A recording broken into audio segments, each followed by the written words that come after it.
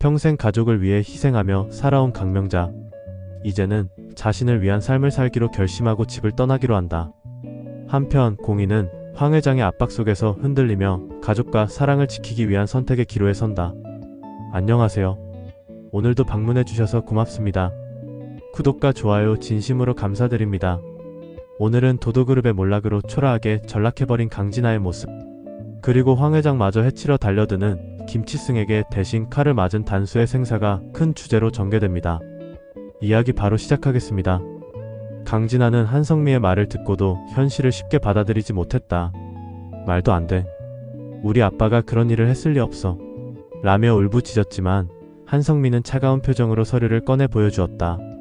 이게 다 증거야. 이제 곧 뉴스에도 뜰 거야. 네가 이 사실을 믿든 말든 상관없어. 중요한 건 네가 이제 어떻게 살 거냐는 거야. 강진아는 손을 부들부들 떨며 서류를 보았다. 거기엔 도도그룹의 자금 흐름에 대한 상세한 자료가 있었고 그녀의 아버지가 회사 자금을 개인적으로 유용했다는 증거들이 포함되어 있었다. 눈앞이 캄캄해진 강진아는 곧장 아버지에게 전화를 걸었지만 현재 고객님께서 전화를 받을 수 없습니다 라는 차가운 자동응답음만이 들려왔다. 다음날 뉴스 속보가 터졌다. 도도그룹 회장 강태준, 횡령 및 배임 혐의로 수사 착수라는 제목이 화면을 가득 채웠다. 강진아는 비틀거리며 뒷걸음질 쳤다. 이 모든 것이 거짓이라 믿고 싶었지만 현실은 너무나도 냉정했다. 엄마 한성미한테서 전화가 왔다. 한성미는 상황이 최악이라면서 지극히 냉정하고 단호하게 말을 했다. 이제 내 선택이 중요해. 네 아버지는 곧 구속될 거고 도도그룹은 무너질 거야. 너까지 같이 나락으로 떨어질 거냐? 아니면 살 길을 찾을 거냐? 강진아는 눈물을 삼키며 떨리는 목소리로 물었다. 내가 어떻게 해야 돼? 한성미는 의미심장한 말을 남겼다. 서민기한테부터. 넌 지금 아무것도 없지만 민기는 아직 기회가 있어. 걔라도 붙잡아야 내가 살 길이 생긴다. 그러나 강진아는 여전히 자존심이 남아있었다. 내가 왜 서민기한테 매달려?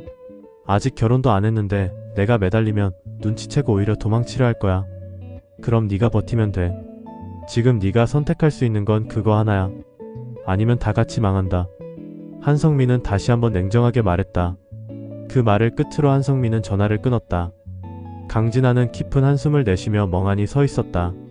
그녀의 손에는 한성미가 보여준 서류가 들려 있었다. 그렇게 그녀의 이대로 다 끝인가? 뭘 어떻게 해야 하지? 라며 고뇌하기 시작했다. 한편 단수는 누워있는 황익선의 곁을 지키고 있었다. 그는 깊이 잠든 할머니의 얼굴을 바라보며 눈물을 삼켰다. 그의 마음속에는 공희에 대한 걱정이 가득했다. 그는 휴대폰을 꺼내 공희에게 전화를 걸었지만 공희는 받지 않았다. 공희는 회사에서 밤늦게까지 디자인 작업을 하며 강진아의 일을 잊으려 애쓰고 있었다. 공희는 낮에 뉴스를 보았고 그 때문에 강진아에 대한 생각이 자꾸 아른거렸다. 그녀는 혼잣말을 했다. 결국 그렇게 될 것을. 아버지 회사가 부도 났으면 강진아 씨도 심경이 이만저만 아닐 텐데 하지만 어쩌겠어. 본인이 감당해야지. 그러나 강진아는 쉽게 포기하지 않았다. 그녀는 방 안에 서성이며 불안한 듯 서민기를 기다렸다. 한참 뒤 집으로 돌아온 서민기는 강진아를 보고 놀랐다. 왜 그래? 무슨 일 있어? 강진아는 눈물을 머금고 말했다. 민기씨 나 어떻게 해야 되지? 엄마가 다녀갔는데 도도그룹 상황이 많이 안 좋은가 봐. 아빠는 연락도 안 되고. 좀 도와줘. 서민기는 그녀를 한참 바라보다가 한숨을 쉬었다. 내가 달리 도울 게 있나? 안 그래도 나도 이직하려고 얘기 중이야. 불편해서 더는 못 다니겠어. 그 말에 강진아는 서민기를 쳐다보며 나도 같이 갈래. 자기가 가는 데면 어디든 옮길 수 있어. 라고 애절하게 말을 했다. 그러자 민기는 고개를 저으며 답답한 듯 대답을 했다. 나도 너랑 같이 이직하려고 조건을 말했는데 에이전트들이 다들 너랑은 안 된다고 해서 고민이야. 무슨 말이야? 왜 나는 안 되는데? 어이없다는 듯 언성 높여 되묻는 진아에게 민기는 조심스럽게 답을 한다. 홀리디자인 유출 사건. 그것 때문에 업계에서 평판이 안 좋대. 갑자기 그 얘기가 나오자 강진아는 고개를 푹 숙이며 더 이상의 대꾸를 못했다. 강진아는 흐느끼며 고개를 끄덕였다. 나 이제 진짜로 아무것도 없어. 제발 민기씨. 나 이제 어떡하냐고. 서민기는 안타까운 마음에 고민에 빠졌다. 그는 강진아를 사랑했지만 그녀의 변덕스러운 태도와 자존심이 애정 관계도 불안하게 만들었다고 생각했다. 그러나 그녀가 이렇게까지 무너진 모습을 보니 마음이 답답하고 아팠다. 한편 강명자는 평생 가족을 위해 희생하며 살아왔다. 남편과 자식을 위해 헌신하며 자신을 돌볼 겨를 없이 살아온 그녀였다. 하지만 이제는 남은 인생을 자신을 위해 살아야겠다는 결심이 들었다. 마음을 정한 강명자는 어느 날 이른 아침 가족들이 잠든 사이 조용히 집을 나섰다. 그녀의 손에는 작은 여행 가방 하나가 들려 있었고 오랜 세월을 함께한 집을 뒤돌아보며 깊은 숨을 내쉬었다. 이제는 누구의 엄마, 아내, 할머니가 아니라 온전한 강명자로 살아가기로 한 것이다. 한편 맹경복을 포함한 상가 상인들은 날벼락 같은 소식을 접했다. 그들이 오랜 세월 생업을 이어온 상가가 재건축된다는 것이었다. 하루아침에 장사를 접어야 할지도 모르는 상황에 모두가 당황했고 절망에 빠졌다. 상인들은 대책을 마련하고자 모였고 각자 사정을 이야기하며 분노를 토로했다. 특히 맹경복은 강명자와 함께 운영하던 가게가 사라질 위기에 처하자 답답함을 감추지 못했다. 그러나 더욱 충격적인 사실은 이 모든 일을 주도한 사람이 바로 황익선 회장이라는 것이었다. 황익선 회장은 냉철한 사업가였다. 그녀는 재개발을 통해 더 큰 이익을 얻으려 했고 작은 상가 상인들의 사정 따위는 안중에도 없었다. 그런 황 회장의 압박 속에서 맹공이는 괴로웠다. 가족을 위해 살아온 그녀는 한편으로는 상가를 지켜야 한다는 생각이 들었지만 황 회장의 위세에 맞서기가 두려웠다. 그녀는 사랑하는 사람들과 가족을 지켜야 한다는 책임감과 황 회장의 압박 속에서 흔들리는 현실 사이에서 괴로운 선택을 해야만 했다. 그런 가운데 황 회장은 구혜준을 살해했던 김치승을 만나게 된다. 김치승이 비아냥거리며 말을 했다. 그때 그자가 내게 들이대지만 않았어도 저승갈 일은 없었지. 그 말에 갑자기 우라가 치밀어 오른 황 회장은 그의 뺨을 마구 흐리며 큰 소리로 욕을 했다. 이 천하의 쓰레기 같은 놈이 어디서 말 장난이야.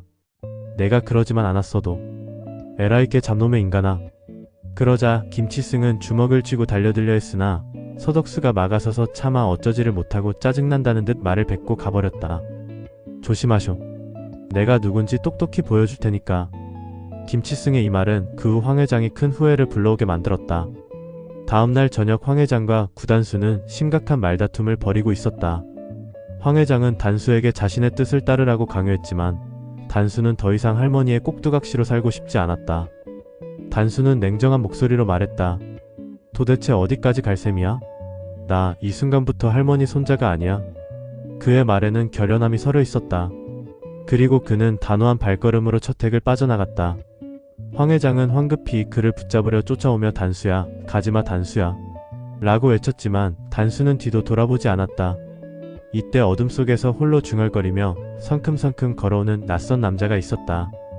그의 눈빛은 증오로 가득 차 있었고 그는 손에 들고 있던 칼을 들고 있었다. 이 노친네 내가 죽여버릴 거야. 그의 손에는 날카로운 칼이 들려 있었고 그는 황 회장의 집 앞으로 향했다. 집 앞에서 황 회장과 단수가 보이자 그는 빠른 걸음으로 황 회장에게 다가갔다. 마침 단수를 만나러 오던 공이가 자기 옆을 지나는 그가 칼을 들고 단수와 황 회장 쪽으로 다가가는 것을 보았다. 깜짝 놀라 공이는 소리쳤다. 단수야. 위험해. 그녀의 외침이 어둠 속을 가르며 울려 퍼졌다. 순간 공이의 눈에는 믿을 수 없는 광경이 펼쳐지고 말았다. 그가 황익선을 찌르려는 순간 단수가 막아서며 등에 칼이 꽂혔다. 단수 아버지 구혜준을 죽인 살인범 김치승이었다. 그는 예측이 빗나간 듯 잠시 주춤하더니 그대로 도망가 버렸다. 너무나 짧은 순간에 일어난 상황이어서 잠시 황익선 회장 말도 못한 채 자리에 주저앉았고 공인은 달려와 단수의 상처를 손으로 막았으며 급히 119에 전화를 했다. 긴박한 순간이 아닐 수 없었다. 한순간에 모든 것이 변하고 있었습니다.